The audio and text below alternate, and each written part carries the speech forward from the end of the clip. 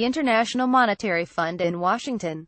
The fund argued that many countries, like the United States, have room to raise tax rates on the wealthiest without impeding growth. Andrew CaballeroReyn's Agence France-Presse, Getty Images, Washington. The International Monetary Fund delivered a blunt warning to international policymakers ahead of the fund's annual meeting this week. Governments risk undermining global economic growth by cutting taxes on the wealthy.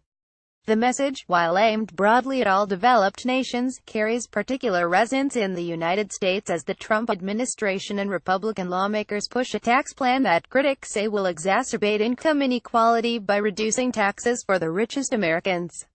In a report issued Wednesday, the fund emphasized that flatter tax rates across income scales and lower rates for the highest earners could exacerbate a troubling trend toward growing inequality in the United States and around the world. The White House is currently pushing a proposal that tax experts warn would cut taxes for the wealthiest Americans by lowering the top rate, by eliminating the estate tax, and by doing away with the alternative minimum tax, which imposes a higher rate to ensure the wealthy are not exploiting loopholes. The Monetary Fund's report builds on its broader message this week, that governments should take advantage of global economic strengthening to get their fiscal houses in order. By acting now to curb debt, overhaul inequities in taxation and lift spending on education and health for the poor, countries can stave off another economic crisis and help the most vulnerable in the process. President Trump's agenda in many ways defies those recommendations. He championed several bills in Congress this year that would have reduced federal spending on healthcare, though none of them passed the Senate. And while Mr. Trump's first budget proposal promised to reduce federal deficits and debt, his administration is pushing a tax plan that independent analysts warn could add trillions to the deficit over the next decade, depending on how Republicans fill in crucial details that party leaders have so far declined to specify. Perhaps most importantly, the framework tax plan includes several measures that analysts say would amount to windfalls for wealthy Americans, even though Mr. Trump has said the wealthy will not benefit from the plan. The framework released last month would reduce the top income tax rate on individuals to 35%, from 39.6% today, while leaving open the possibility of levying a higher top rate on top income earners. It would repeal the estate tax, which currently affects only individuals' estates valued at more than $5.49 million. And it would reduce taxes on so-called pass-through entities, businesses whose owners currently pay federal income taxes on their profits.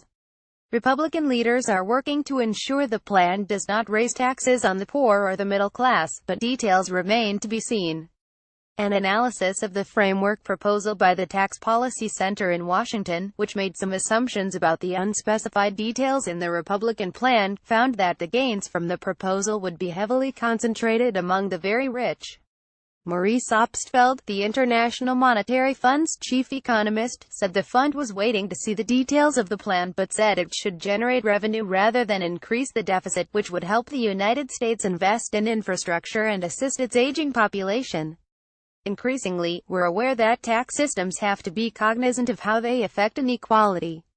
And there's a need in a number of countries to be especially attuned to the needs of the middle class and those with incomes below the median, Mr. Obstfeld said.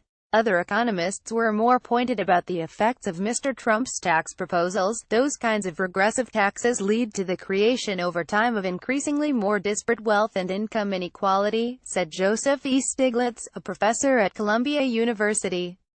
So rather than reducing that kind of regressivity, his proposals, as far as one can say, are going to make things worse. Over the past 3 decades, inequality within countries, including in the United States, China and India, has risen primarily because of the skyrocketing growth of incomes at the top. Some of this is a consequence of how economies are evolving, said Branko Milanovic, an economist at the City University of New York. New technologies are increasing the returns for the most educated, even as robots replace lower-earning workers. Globalization has allowed businesses to cast around the world for cheaper labor, while the decline of unions has left workers with less bargaining power. But the trend, at least in part, is also because of governments that have redistributed less wealth to poorer people through taxes and spending, the Monetary Fund suggested. President Trump has said that the wealthy will not benefit from his tax plan. Doug Mills. The New York Times. In the report published Wednesday morning, the fund detailed how governments around the world have shifted away from policies that redistribute wealth from the rich to the poor, and how that has worsened inequality. Progressivity, the degree to which the average tax rate rises with a person's income, has fallen sharply in recent decades. Among the advanced economies of the Organization for Economic Cooperation and Development, for example, the average top income tax rate has plummeted to just 35% in 2015, from 62% in 1981. The Monetary Fund argued that many countries, like the United States, have room to raise tax rates on the wealthiest without impeding growth. Many economists believe some inequality can actually be good for the economy by encouraging people to strive and innovate. And the fund emphasized that redistribution should not risk undermining growth, which is the most important factor for helping to narrow gaps between the haves and have-nots. But research suggests many countries are not near that point. In fact, inequality that is too high can harm growth, if, for example, people from less elite backgrounds are barred from contributing to the economy. In a speech last month, Lael Brainerd, a governor at the Federal Reserve, said that historically high levels of income and wealth inequality in the United States may be weighing on consumer spending, which fuels the majority of economic activity. That is because the wealthiest households are most likely to save a larger proportion of any additional income they earn, rather than spend it, Ms. Brainerd said.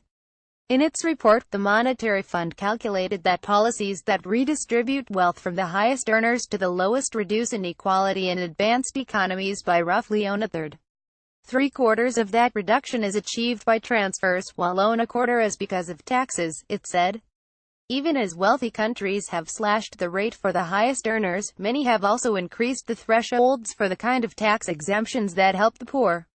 The cumulative effect has been to shift the tax burden from very low and very high incomes toward the middle class, the fund said.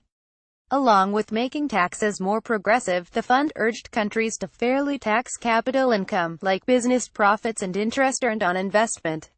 It also recommended tightening deductions that benefit the wealthy, like VAT on home mortgages, and eliminating opportunities for tax evasion. Even so, the Monetary Fund's projections show they may not put much stock in the Trump administration's plans.